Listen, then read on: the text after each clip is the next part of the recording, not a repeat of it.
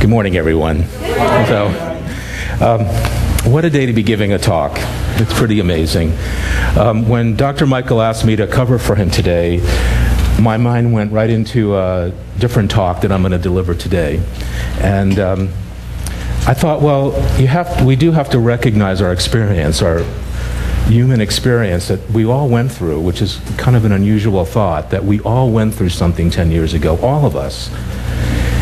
And I thought, well, maybe I could just talk about that for 1 or 2 minutes and move on to another topic. But as a couple of weeks moved by, and I found myself more drawn to recognizing our common experience, my whole talk turned into a 9/11 talk. So here we go.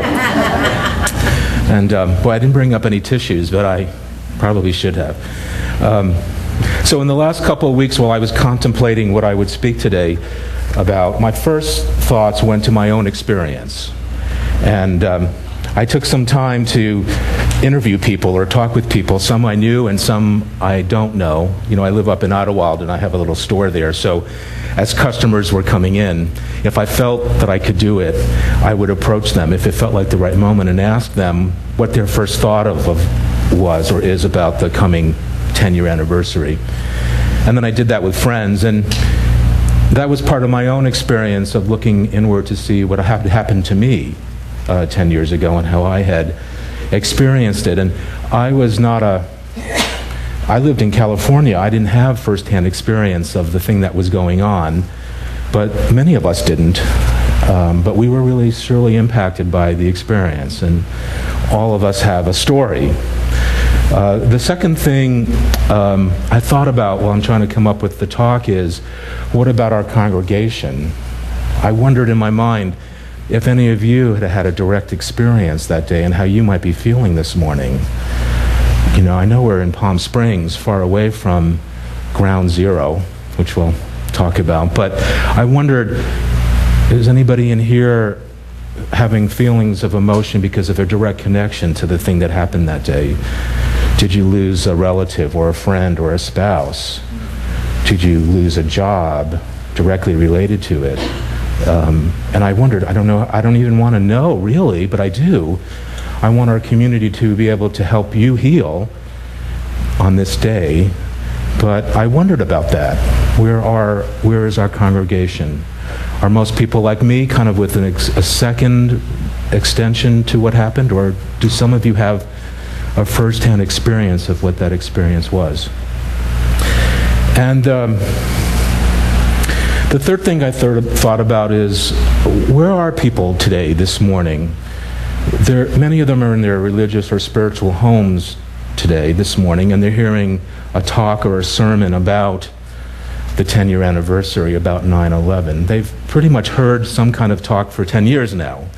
Every Sunday, to recognize that anniversary, the leader of their spiritual community has probably gotten up and had a sermon to talk about the experience and to help us move through any pain or anguish or anger or fear that we have around it.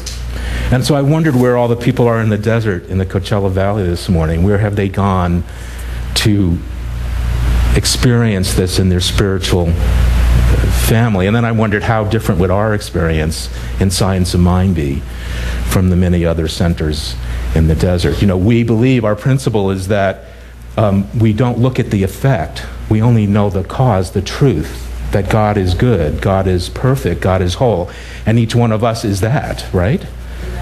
That is our truth. We said this last week, there's no evil. There's no evil. If there's evil in the world, it's because of our mistaken belief in what we see as a human experience. But we know that there's no evil behind any of it. And so we would take a firm stand. I'm going to talk about our burden.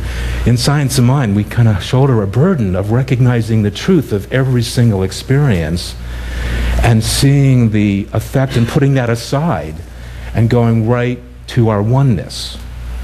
So would that be a different message here this morning that we're experiencing than some other people might be experiencing in their religious families? We all want to heal, and we recognize the experience as being very real. Everybody understand that. In Science of Mind, we don't negate the human experience that somebody is going through. It's the truth of us at that moment. Yes? Oh. Had a hand. When you turn the TV on, just about that time that first one hit, and I said, oh my God. And then the next one, when the other plane hit it, and I thought, all those poor people. And I remembered that I had a girlfriend that lived in New York, and she said 3 children that were in there. She worked in that building, and she had 3 children in the nursery below. And I said, oh Lord, get those children out of there now. Right. And my husband said, what's going on? He come running in. I said, both of those buildings are collapsing. He says, why? I says, planes ran into them. It was just, I just couldn't believe it. Right. We saw the first one. Thank you for saying that. But they did get out. It reminds me, which I'm going to share a little bit, but every one of our experience, our story is so different and so the same. So different and so the same. It was hard this week not to see in the newspaper or the magazines or online people going and giving testimonials about their experience. And it's rich. It's rich with life. So this was part of my conversation too, and I thank you for sharing that. Then the other thing I contemplated the week is, what would Ernest Holmes say about this?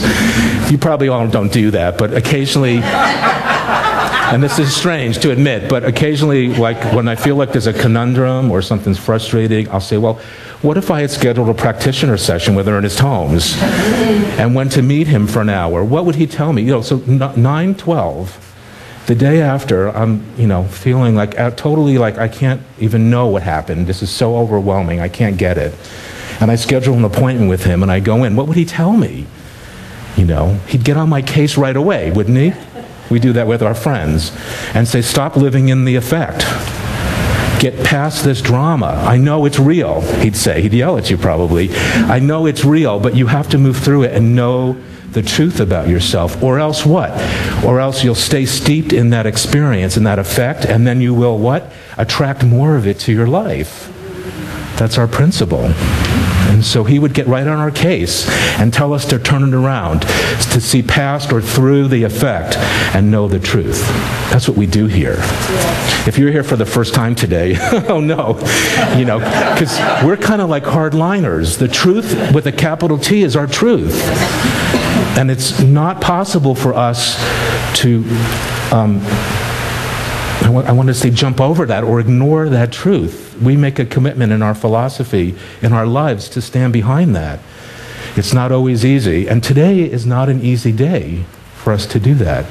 It certainly is not easy with what's on the news and the TV and the stories, and the human, the compelling part of us that wants to hear and have sympathy for everybody else's pain and suffering. It's kind of like we're conditioned to receive that and work with that more than we are conditioned to know the absolute truth about who we are. So that was something else I thought about. What would Ernest Holmes say, and how would he give me the rap on what is science of mind and how to look at this? And then send me out to the experience of the world. And by the way, this is kind of true for me. It wasn't Ernest Holmes, but I remember really clearly knowing the truth that if I got caught up in the effect, in the drama, in the horrific nature of it, it would not serve me or anyone else. And I, for some reason, was able to turn away from the effect and be in spiritual mind treatment. And then that was supported the following Sundays in the center I was at. So I was able to have a pretty spiritual reaction to it, which has, by the way, made me feel separate and awkward around the experience for 10 years. And I'll talk a little bit about that also. So I wanted to acknowledge that that may be the truth for some of us also. The other thing that I really thought about a lot is, what about the children that were just being born 10 years ago? And where are they today in their consciousness around this thing that happened to all of us, the whole world? And of course the young people, and there's been a lot of reports on this. People magazine had a series on this past week. The New York Times did a special on the youth that were just about to be born or never knew their father or their mother in the experience. And what about those children? Where are they today? How have they grown up in relationship to the 9/11 experience. I keep wanting not to say tragedy, by the way, so you'll see me pause.